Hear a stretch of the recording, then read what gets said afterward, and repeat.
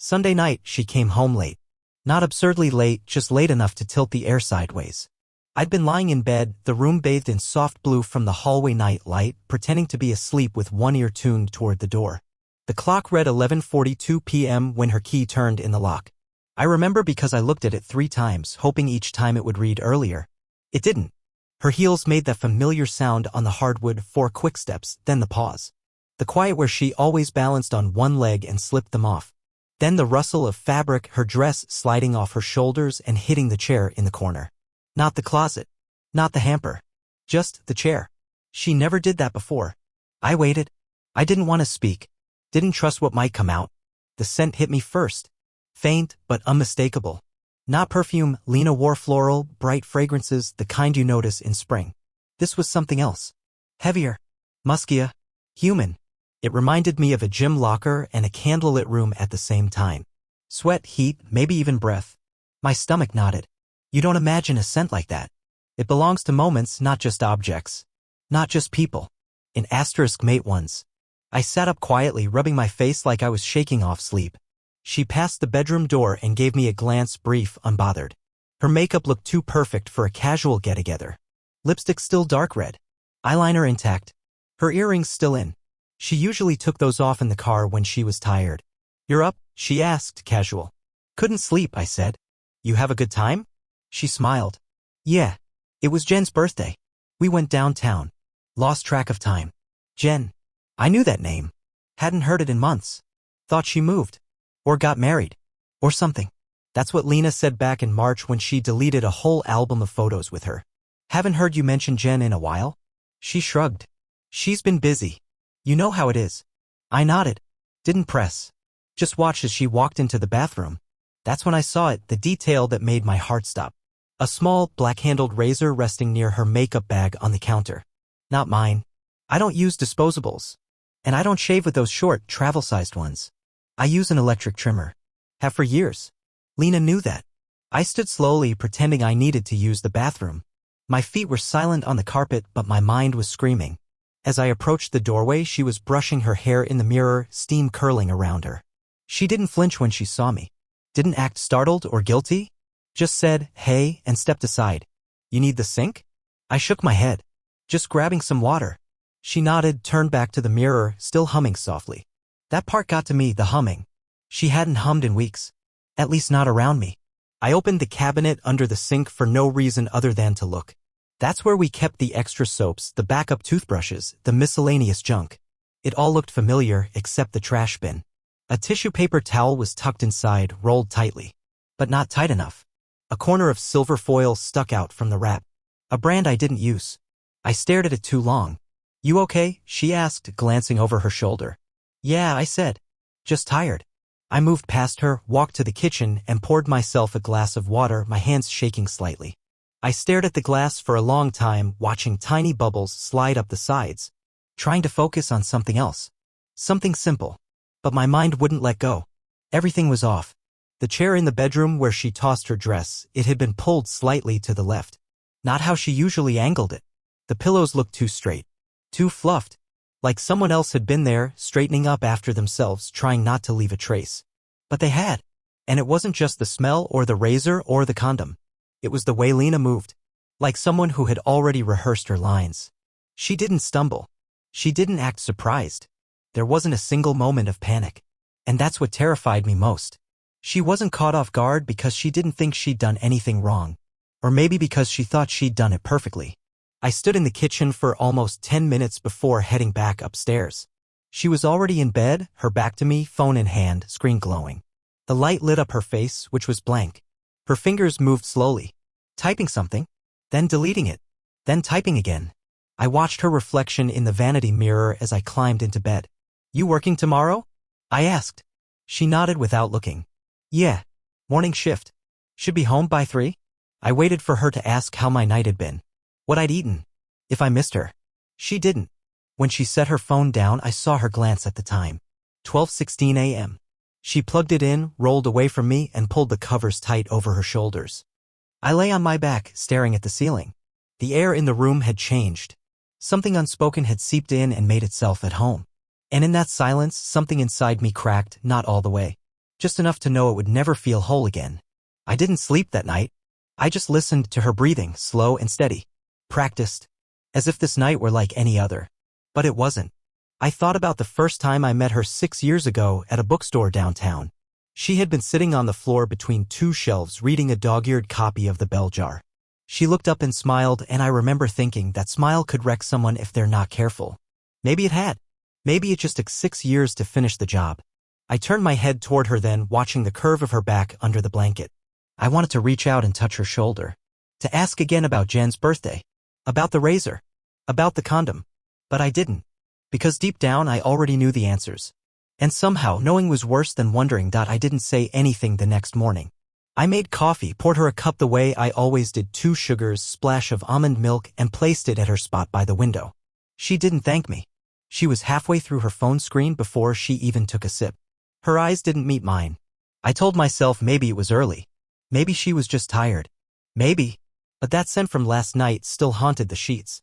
It lingered in the air like a second presence. Not enough to accuse. Just enough to doubt. She wore her gray sweater that morning. The one she never used to take off in the fall because she said it smelled like home. I used to love that sweater. Now it just looked like a shield. I might be late, she said, glancing out the window like she wasn't really speaking to me. Back-to-back meetings. You have those on Mondays now? I asked. She paused. Just for a second. But I caught it. Yeah. It's a new client. Might go past 6. Okay, I said, taking a sip of my own coffee, now bitter and cold. That was how things started to break. Not in shouts or slammed doors. In pauses. In glances that didn't linger. In sentences that arrived too quickly, like she'd memorized them. The thing is, the pieces had always been there. They just hadn't screamed loud enough until now. She used to touch me just because. A hand on my shoulder while I cooked. Fingers brushing my back as she walked past. A kiss on the neck while I read. All of that stopped sometime last winter. At first, I thought it was stress. Then maybe routine. But stress doesn't make you pull your hand back like it's been burned when your husband reaches for it. Routine doesn't make your laugh vanish. She used to hum while she cooked, soft, tuneless melodies. Mostly when she made pasta. That was gone now. She cooked silently if she cooked at all. Sometimes I'd walk in from work and see her scrolling through takeout apps with the same distant stare she gave the news. And her laugh, God, her laugh. That used to be my favorite sound. It had a rasp to it, a slight crack on the exhale. The kind of thing you can't fake. I hadn't heard it in, I don't know, months? She still smiled in public though. At dinners, around friends, family gatherings, she was the picture of charm. She'd lean in when I spoke, rest her hand lightly on mine, laugh at jokes I hadn't changed in years. It was performance art. And the crowd applauded. But at home, the silence between us felt like fog. Heavy. Always there. You could push through it, but you never saw clearly. She started taking her phone everywhere. Not just to the bathroom, everywhere. Shower, laundry room, even the balcony. Always face down. Always locked. And when I asked who she was texting, she'd say just work stuff, then shift the topic before I could ask more. I once heard it vibrate on the nightstand at 12:17 a.m. She stirred, grabbed it without looking at me, and turned her back. I watched the faint glow of the screen reflect off the ceiling for nearly 10 minutes. When she set it down, she didn't meet my eyes. The next morning, she kissed me on the cheek and told me she loved me. It felt like punctuation. There were no more photos of us being posted. Not that I needed them, but it used to be something she enjoyed, capturing tiny moments, writing captions like, "Lazy Sunday with my person," or "He still makes the best coffee." Now her feed was landscape *TS, latte art, and quotes from books she didn't read. Even her texts changed. They used to be messy, scattered. Voice memos in the middle of the day, inside jokes, blurry pictures of weird dogs she passed on walks. Now they were clean, careful. Leaving work now. Running late. Can you pick up oat milk? Everything had been trimmed down to essentials. Like she'd gone through our relationship and removed all the color, left only a skeleton. It's strange how long you can live next to someone without really seeing them. One Thursday afternoon, I came home early. Meeting got canceled. I didn't tell her, wanted to surprise her. When I walked in, I heard a voice. Hers. Muffled but distinct. She was in the bedroom. I paused outside the door, not quite pressing my ear to the wood, but close. "No, I can't tonight. He's home," she said. A pause. A laugh. Too soft for friends. Then, "Yeah. Soon. I miss you too." My legs went weak. I walked into the kitchen, made noise with the faucet, waited until I heard her footsteps come down the hall. "Oh, hey," she said, eyes wide, "just for a moment. Didn't hear you come in." "Meeting got canceled," I said. "Got lucky?" She smiled too fast. "That's nice." And just like that, the topic shifted to dinner. To groceries. To nothing. I should have said something. Asked who she was talking to. Why she sounded so warm. But I couldn't. Not yet. Part of me still hoped it wasn't what I thought. But hope is a strange kind of lie. That night, I watched her sleep. Not in some poetic way. Just watched. Her face looked peaceful. I wondered how much of that peace came from not having to tell the truth. When you live with someone long enough, you memorize their habits. Their size. Their favorite side of the bed. The way they leave the toothpaste cap half-twisted. You start to notice when those patterns shift. And it turns out the body keeps score. She stopped touching me. She stopped humming. She stopped laughing like she used to. The phone became her closest companion. She performed affection only when others were watching. And when we were alone, the silence between us became a canyon. I kept telling myself that if she were cheating, I'd know. That there'd be red flags. Alarms. Instead, it was subtle. Eroded slowly like cliffs underwater. It didn't break all at once. It never does. It just stopped being we and started being her and me. I once read that marriages don't end because someone cheats. They end because one person becomes a stranger and the other forgets how to ask why. That thought stuck with me for days. I started noticing more. She had new jewelry, tiny things, nothing flashy. A ring she wore on her right hand that I'd never seen. A bracelet with initials engraved on the inside. She said it was a birthday gift. But her birthday was 5 months ago and I hadn't seen it before last week. Even her scent changed. Not the one from Sunday night, this one was more permanent. Different shampoo, maybe? New perfume. Something unfamiliar. It was like she was shedding her skin and becoming someone I didn't recognize. One night, I found myself scrolling through old photos on my phone. Our first trip to Maine. The time we adopted our cat. Her smile was real in those pictures. You can't fake that kind of warmth. I compared it to the last photo we took together. Someone had captured us at a party, laughing, arms wrapped loosely around each other. But the smiles didn't touch our eyes. It was a portrait of strangers pretending not to be. I didn't know what to do with that. The truth was forming, piece by piece. But it was still missing shape. Still just 1,000 quiet cuts that hadn't started to bleed. I thought about confronting her. About sitting her down and asking what's happening to us. But I wasn't ready to hear the answer. Because deep down, I already knew it. She was slipping away. And she wasn't fighting it. She was choosing it. And I was still pretending not to notice. It started with a dead outlet in the basement. The old charging station near the washer hadn't worked in weeks, and on a rainy Saturday afternoon I decided to finally deal with it. I didn't tell Lena I didn't need her hovering, asking if I knew what I was doing. I wanted the distraction. Something about unscrewing a faceplate and messing with wires felt simpler than thinking. I pulled a box off the bottom shelf to reach the socket, one of those blue plastic bins filled with holiday junk. Wreath hooks, tangled lights, dusty ribbons. The kind of stuff we both swore we'd organize but never did. It smelled like pine and cardboard. And right there, under a pile of fake snow and bent gift bags, was her old iPhone. Gray. Scratched. No case. My stomach twisted the second I saw it. I'd helped her upgrade to a new model last year, watched her transfer everything, wiped the old phone clean, then handed it off to her to recycle. She told me she'd dropped it off at one of those trade-in kiosks. That it didn't even turn on anymore. But here it was. Stuffed in a bin behind 3 Christmas candles. I stared at it for a long time. Then I took it upstairs. It powered on. The battery was weak, but the phone still had life. I didn't need a passcode.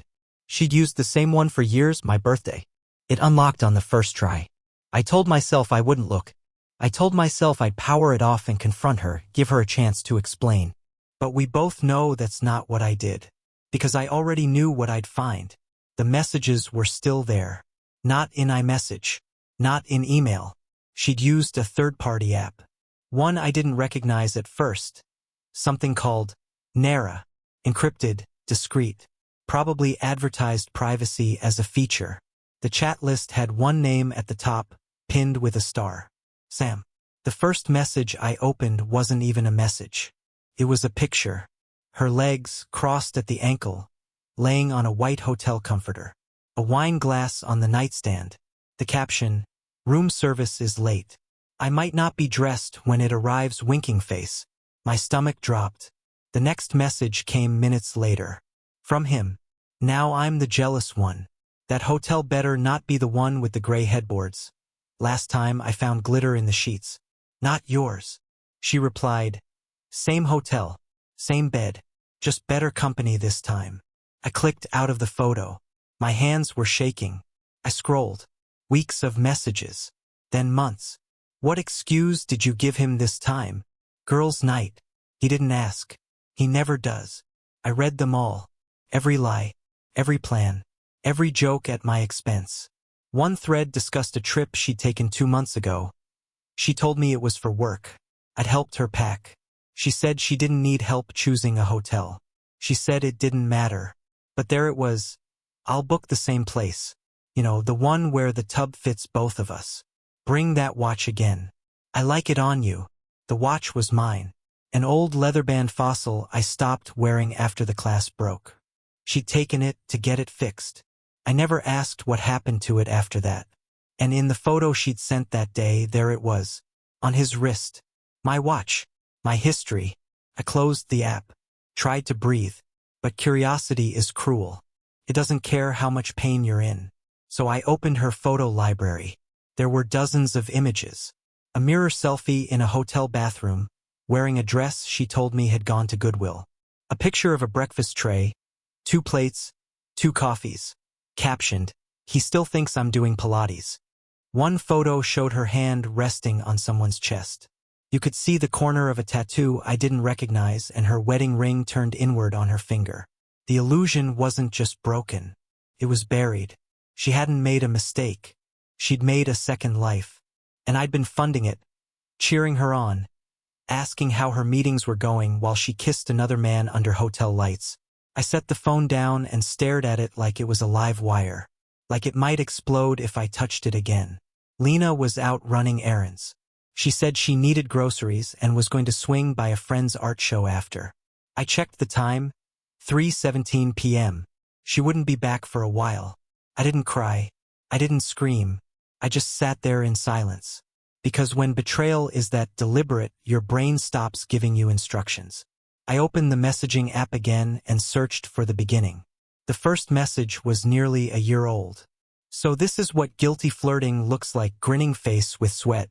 Nah, this is harmless. You're in another city, and I'm married. What's the worst that could happen? A lot, apparently. I wondered how they met. Work? Online? At a cafe? There were no obvious clues. No mentions of a workplace. No mutual friends named. Sam was a ghost, deliberately so. But his language was int asterisk mate. He used emojis. He called her L. He told her things like, "You deserve more than a man who forgets your birthday." I never forgot her birthday. Ever. I was the one who planned that weekend trip to Charleston. She said it was one of her favorite memories. Guess not. I opened notes. She'd kept a checklist there. A list of hotel names, travel tips, codes for timing. One note read, "Don't forget to clear history. Delete Uber after." Another had a line that stopped me cold.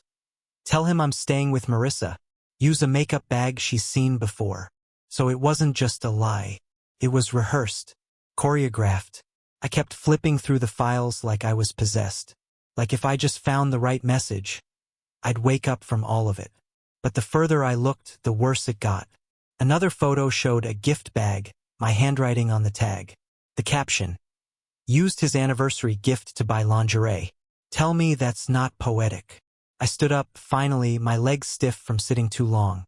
I paced, stared at the phone, picked it up again, powered it off. I walked into the bathroom and stared at the razor still sitting next to her makeup bag. Black handle. Disposable. Still damp from use. How could I not have seen it sooner? I'd been her cover story. I was the he in every he doesn't know joke. The clueless husband. The safe base she came back to. And I realized something I hadn't let myself feel until that moment. I wasn't angry because she cheated. I was angry because she didn't even feel bad about it. No guilt in the messages. No second-guessing. Just planning. Jokes. Codes. Smiles. The Lena in those messages wasn't the woman I married. She wasn't even a version of her. She was someone entirely different. Someone who had gotten good at building alibis. at folding reality like laundry, neat and soft. I stood in the middle of the kitchen trying to remember the last time she looked at me like I mattered. I couldn't. Even that memory felt like a trick now. I picked up the phone one last time and took *TS. Dozens. I uploaded them to a private folder in my cloud. Then I returned the phone to the box in the basement beneath the wreath hooks and glittery snowflakes, right where I found it. Because if Lena was pretending nothing had changed, I'd pretend too. At least for now. But in my head, the gears had started turning. The story was no longer maybe. It was fact. And the question wasn't, did she cheat? It was, what do I do now? The first time I looked at her laptop, I told myself I was only checking for receipts. Not spying. Not snooping. Just curious. She'd left it open on the dining table, half covered by a stack of unopened mail. I sat across from it, pretending to scroll through my phone while my eyes kept drifting toward the glowing screen. The screensaver hadn't kicked in yet. The tabs at the top were still visible. Budgeting spreadsheets. A folder named Finances 2023. Another called Recipes. It was the kind of digital clutter that screamed harmless. But I'd learned that nothing Lena did was ever that simple. After what I'd found on her old phone, I'd started noticing patterns, ways she shifted money, changed topics when I brought up bills, waved off joint statements with that breezy, I've got it covered smile. And for months I believed her. Because that's what love makes you do. Trust without checking. But love wasn't what it used to be. So that night, after she fell asleep early, head buried in her pillow, back turned to me like usual, I crept out of bed, padded quietly to the dining room, and opened the laptop. No password. She didn't think she needed one anymore. The home screen was filled with folders I mostly recognized: travel, taxes, pet stuff. Then one that didn't fit, labeled simply L. I opened it. Inside, more folders. Budget revisions. Private accounts. Legal drafts. My pulse thudded in my ears. The private accounts folder was filled with PDFs, bank statements from an institution we didn't use together. It had her name, her address, our address, but none of my information. The transfers were small, clean, regular. Every other week, $300. Then $250. Sometimes $500. Round numbers. Pulled quietly from our joint account, usually on the same day she claimed to be picking up groceries or paying utility bills. Over the past 10 months, she'd moved over $11,000. She never said a word. One file caught my eye, an application dated nearly a year ago. The title, New Member Account, Individual. She'd opened the account 2 weeks before our anniversary. 2 weeks before we took that weekend trip to Vermont where she told me she was so grateful for everything I did for her. I kept clicking. In legal drafts, I found the real damage. A document titled div_outline_v3_final. I opened it. The header had her full name and the logo of a legal firm I'd never heard of. The language was clinical, distant. Divorce petitions, asset allocations, contingency language. Her plan wasn't emotional. It was structured. The draft included timelines, when to file, when to notify me, how to separate the house, how to split belongings. There were placeholders for legal counsel and suggestions for amicable communication during proceedings. In other words, she'd been planning an exit without telling me she wanted one. My name showed up twice. Once in a line item about joint property. Once in a paragraph labeled expected cooperation if non-adversarial. That was it. 10 years together and I was a name in a bullet point. One tab in the spreadsheet was labeled risk mitigation. In it, notes about potential financial entanglements. Strategies to avoid joint debt liability. A sentence that said, may attempt negotiation. Stay firm on assets I brought into marriage. I stared at that line so long it started to blur. Assets she brought into the marriage? I paid off her student loans. I co-signed her first business lease. I was the one who covered the short months when her startup tanked. And now she was building an escape route labeled like an investment plan. Another file, talking points.docs. I opened it. Scripted language. Literal talking points. Mark, this isn't coming out of nowhere.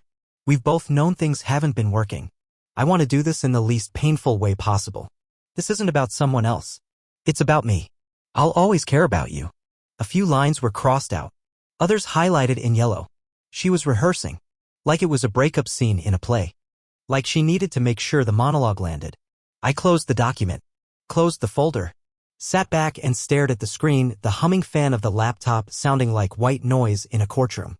I didn't feel shocked. That was the part that scared me. I just felt numb. Because somewhere in the back of my mind, I think I always knew she was preparing to leave. The missing affection. The late nights. The vanishing laughter. It wasn't just emotional drift. It was logistics. This wasn't a failing marriage. It was a dismantling. Quiet, methodical, and cold. And I was supposed to sign off on it with a thank you and a handshake. I made copies. I uploaded everything to a secure drive, labeled it with a random name, encrypted the folder. I took *TS. Saved every draft. Every document. I told myself I wasn't doing it to retaliate. I just needed to be ready. If she wanted a quiet exit, fine, but she wasn't going to walk away with my dignity, too. The next morning, I watched her pour cereal like nothing had changed. She wore an oversized t-shirt that used to be mine. It still had a bleach stain on the sleeve from when we tried to clean the grout with some homemade vinegar mixture off Pinterest. She sat down and scrolled through her phone. I wanted to ask, so when were you going to tell me? But I didn't. She looked up once, caught me staring. What, she said. Nothing, I replied. Just tired. That night I called a lawyer. Referred by a friend. Quiet, thorough, reputable. I told him everything. He didn't flinch. Just nodded. Took notes. Told me I had options.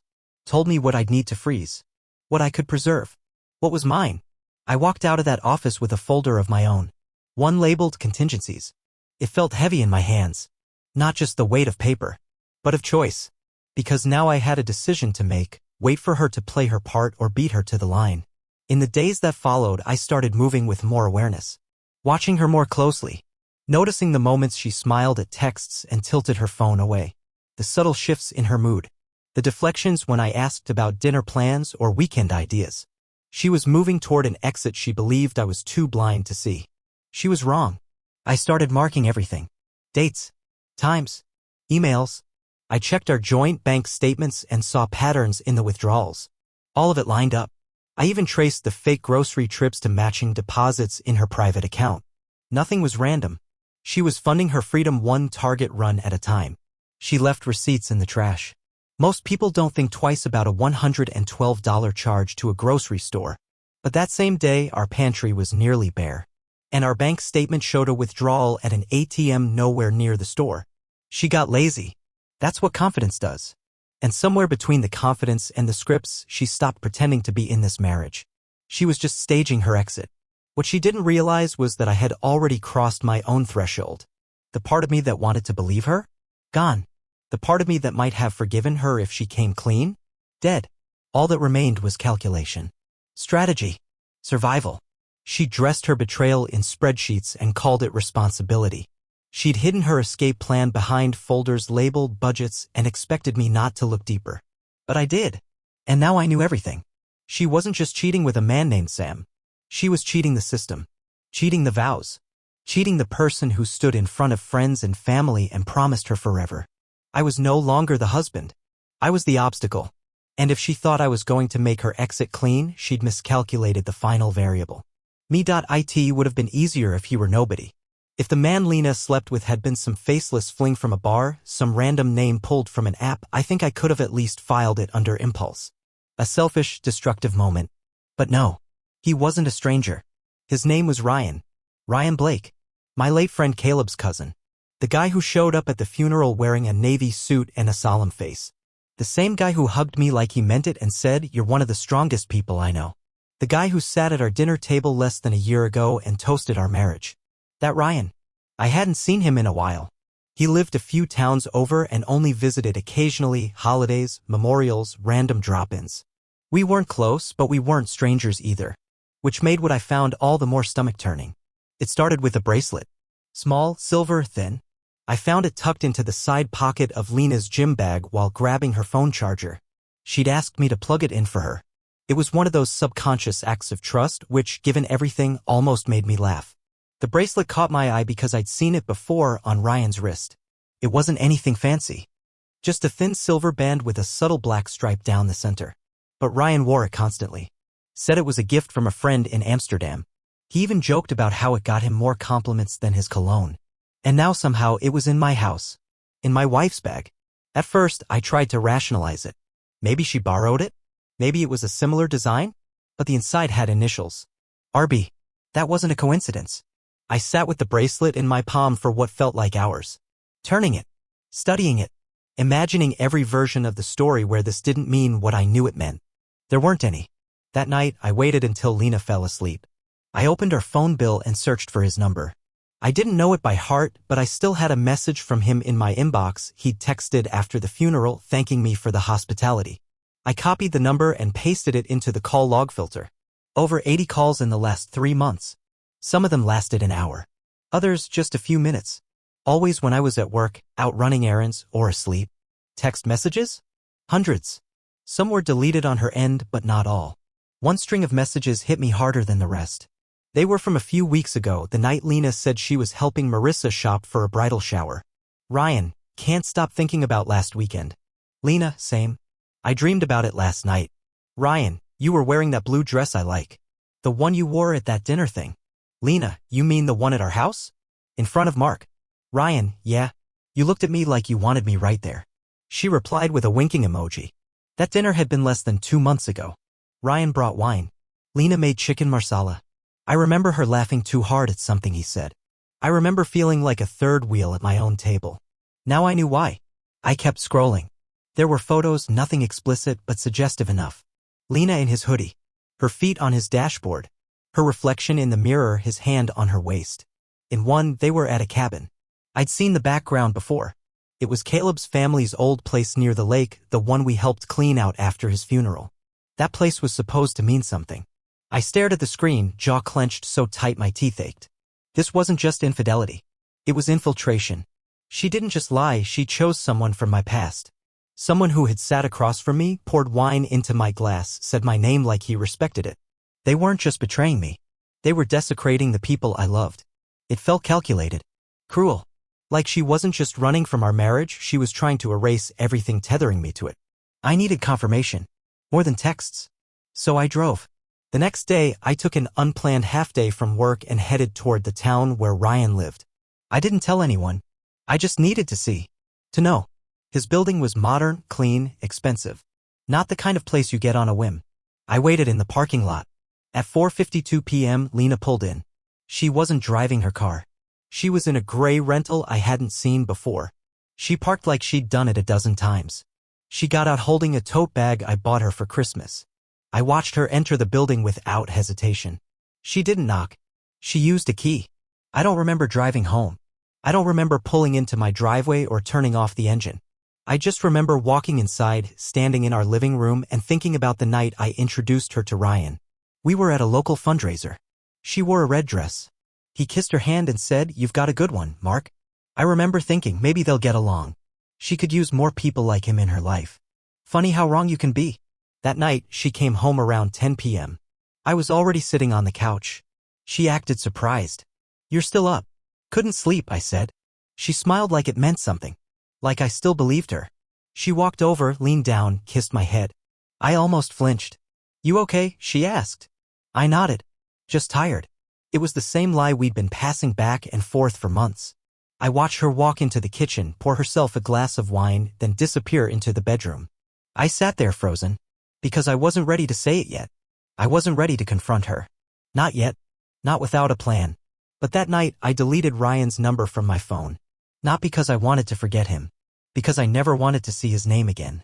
In the days that followed, I began assembling my own story. I printed the text logs. I archived the photos. I backed up everything, time-stamped, documented, ready. I created a folder labeled personal reference and hid it in plain sight on a drive she never used. I even added the bracelet, took high-res photos of it, its placement, the initials inside. I cleaned it, placed it back where I found it, and zipped the bag closed like nothing had ever happened. Because that's what she expected. For me to never look. Never question. She'd chosen Ryan because he was convenient. Familiar. Because I wouldn't suspect him. Because I'd invited him in. And maybe because that made it easier for her to justify what she was doing. After all, if he was someone I trusted, then maybe the lie felt smaller. But to me, that made it worse. I could have handled a mistake. I could have even understood a stranger. But not this. Not betrayal dressed in family. Not desecration in the name of comfort. Ryan wasn't just a side affair. He was a P*N. Once she pointed at my history and pulled the trigger with a smile. I thought of Caleb. Of the night we drank too much and talked about futures. He told me, if I go before you, don't let people ruin the good stuff. You're the only one who remembers the right version of me. And here she was using the last pieces of that version to build something disgusting. That's when I knew. There would be no confrontation. No tearful argument. No raised voices in the kitchen. Only exit. She wanted a clean break. I'd give her a surgical one. But on my terms. I didn't tell her I knew. I just waited. Every move I made after that became deliberate, quiet, invisible. I backed up everything. Photos. Texts. Bank statements. Legal drafts. I had it all saved in a folder, printed and digital. I met with my lawyer again. We made a timeline. We froze joint accounts, rerouted my paycheck, and removed my name from any liability she could *p***nice. I didn't act angry. I didn't accuse. I played my part, loving, tired husband trying to hold things together. And she played hers, the distracted wife managing too much. We were two actors in a play with a script only I knew the ending to. One night I came home early. She didn't hear me enter. I heard her voice echo from the living room on speakerphone. Calm. Clear. He's completely unaware. Just a few more weeks. The papers will be in place. Then laughter. Then silence. She hung up when I walked in. Hey babe, she said as if nothing happened. And I nodded. Smiled. Inside, something clicked. Not shattered. Not exploded. Just settled. I knew in that moment I wasn't asking questions. I wasn't confronting anything. I was done.